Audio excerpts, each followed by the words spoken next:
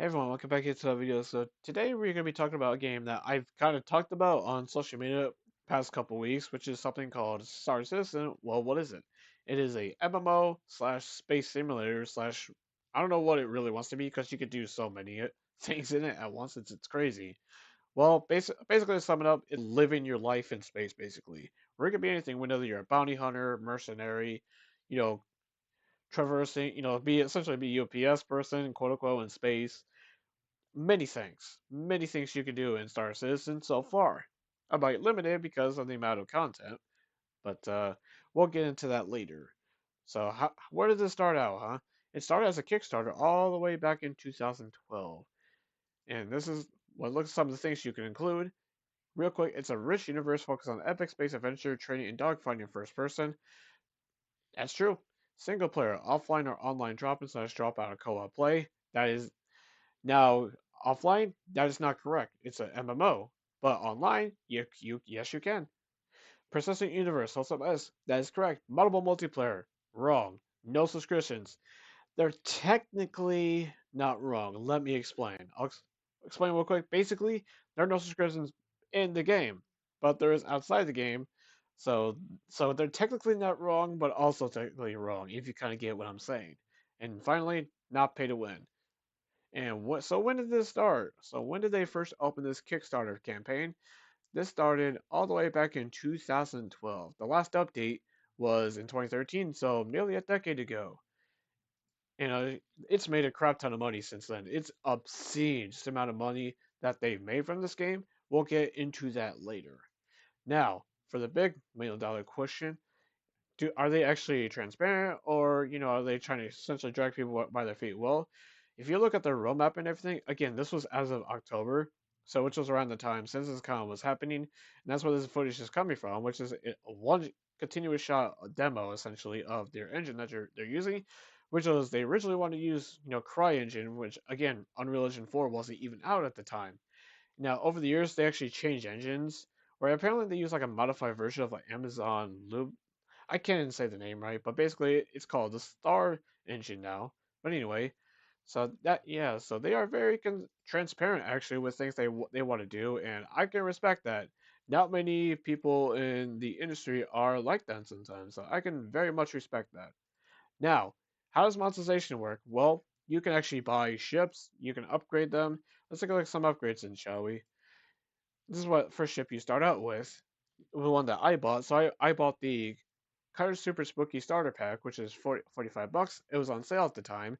The actual normal price is $60, so the price of a brand new game. It includes the Cutter Ghoulish Green Paint. Again, it was around Halloween. Starting money, 1,000 credits, 6 months of insurance, and self-land hanger. Again, they even show what kind of requirements you need to run this game.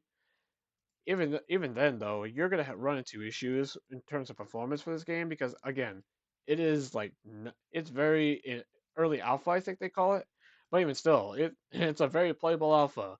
Now let's get to the ship upgrades, like I was gonna say before. You just you upgrade your ship starting with the Ursa at $50. I 100i $50.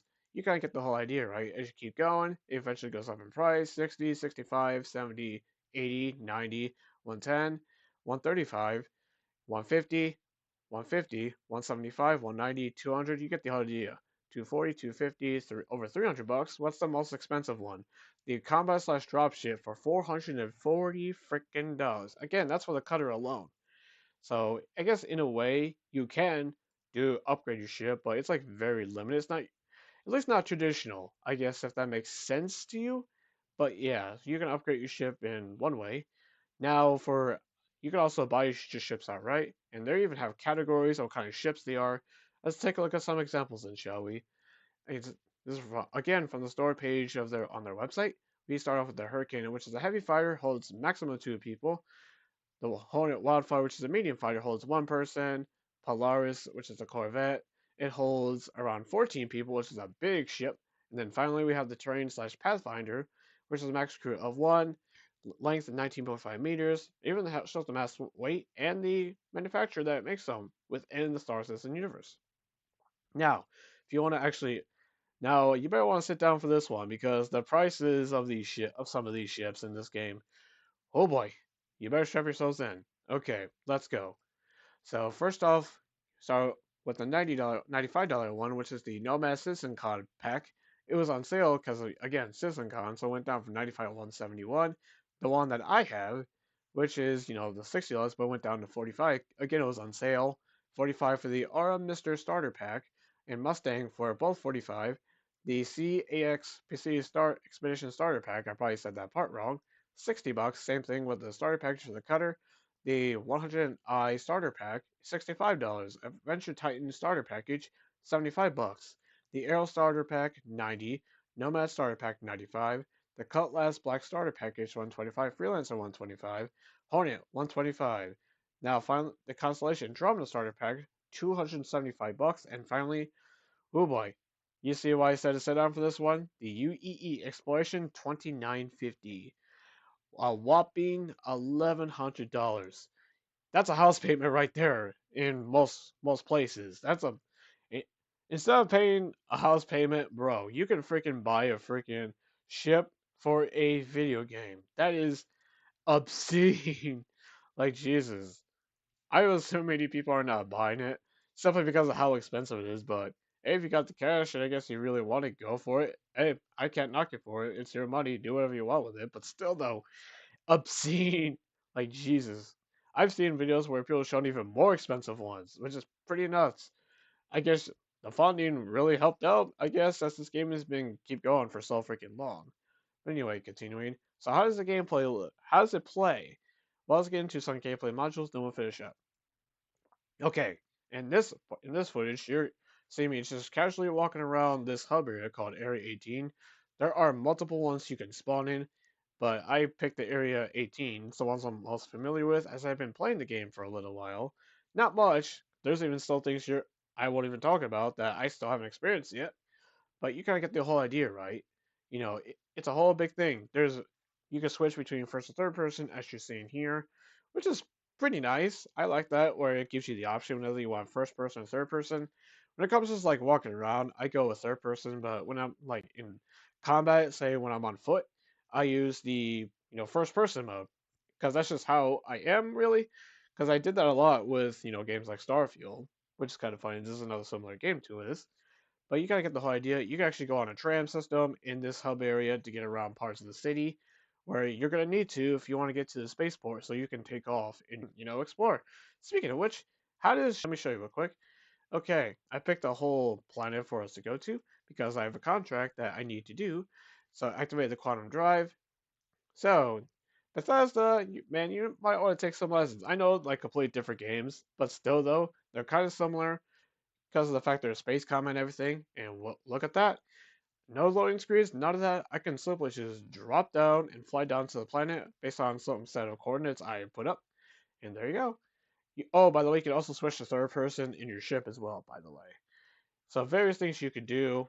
I'd say the traversal in space, I think it's more complex than Starfield's, to be quite honest with you. But then again, Star Citizen is a space simulator that's on PC alone. So obviously, it took me a while to use like controller, but I got used to it once I played around with the settings and everything. And there's also thrust, so you could go even faster. It also tell you how far you are from your destination. So you gotta get the whole idea about this, right? Yeah, Starfield. I think Bethesda should take lessons from this.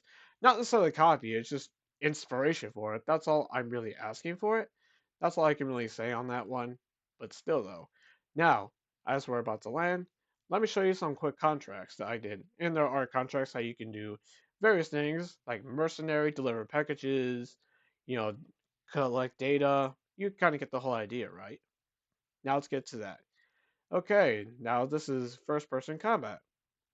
As you can see first right here, I'm neutralite. I have a contract, which is a bounty where someone has a bounty on their head and I need to go infiltrate and take him out. Obviously, I forgot the name of the planet this was because this footage was recorded a while ago. I've also bought a whole bunch of things. So you can see I have like a shotgun thing on my back, basically. Get the whole idea. Traversal in third person. Actually, is sprint. Now, actually, on the left, you have your HUD, such as I guess hydration. Then I believe health, like food, resource itself. Your heart rate, which is pretty nice. The temperature that's currently outside, because again, some planets are not feasible to have without a helmet on. As you can see here, there's the waypoint, there's the objective, what I need to do. Medical device, you can heal and apply drugs to a target over a short distance using a medical device. I don't think I have that. I'm pretty sure I don't, or I just haven't learned how to use that. Yeah, you can see some of the frame rate was dropping there, but again, this is like early alpha. I think it's like 3.20 by the time record, if not 3.21 by the time recording this video. That demo I showed you earlier, I believe that was for 4.0. So the next big technical advancement for the game as they continue to essentially innovate. And as you can see here, it's inside the ship, so I need to get around and somehow find my way inside the ship and take him out. And here's a bad guy right here, friend, one of his friends. Yep, turn on flashlight, and then finally take him out. Yeah, he had to get his attention first. Give him a fair shake. That was I think that was a bug, like where he just stood back up. I don't know. Reloading my weapon. Then I need to finally find my way inside, as you can see right here.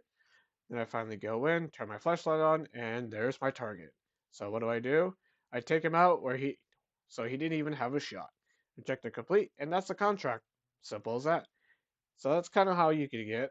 You can also like throw grenades. I don't think I had a grenade at the time. At least I don't think so. Again, contract complete. So that's kind of how you earn your currency through the game by completing contracts for various things you could do in the game.